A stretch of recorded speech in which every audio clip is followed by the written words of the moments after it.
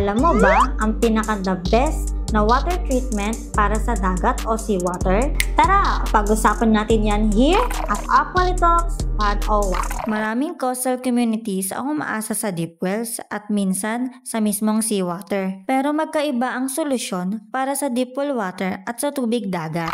Ang Hulau's filtration system ay ideal para sa deep well water. Kaya nitong alisin ang iron at manganese na nagdudulot ng yellow o brown stains. Sediments gaya ng buhangin, putik at kalawang, bad odor tulad ng amoy itlog, at chlorine o chemicals na nakaka-irritate sa balat at buhok. Resulta, malinis na tubig for general household use, panghugas, panglaba, pangligo at proteksyon ng appliances. Pero kung dagat mismo ang water source, hindi recommended ang Hulau's water filtration system. Bakit? Kasi hindi ito design para alisin ang sobrang alat ng seawater. Salt water is highly corrosive, sisirain ang appliances, tubo at pati filter mismo. Dito pumapasok ang desalination system. Ginagamit ito para bawasan ang alat, impurities ng seawater para magamit sa bahay. Pero take note, it is for general use only.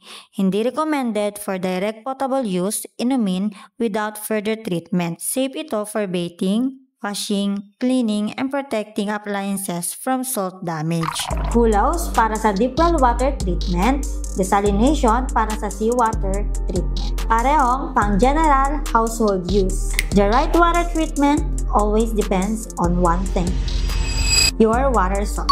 Know your water source, choose the right water treatment solution. This is Aqualitalks 101, your trusted water experts.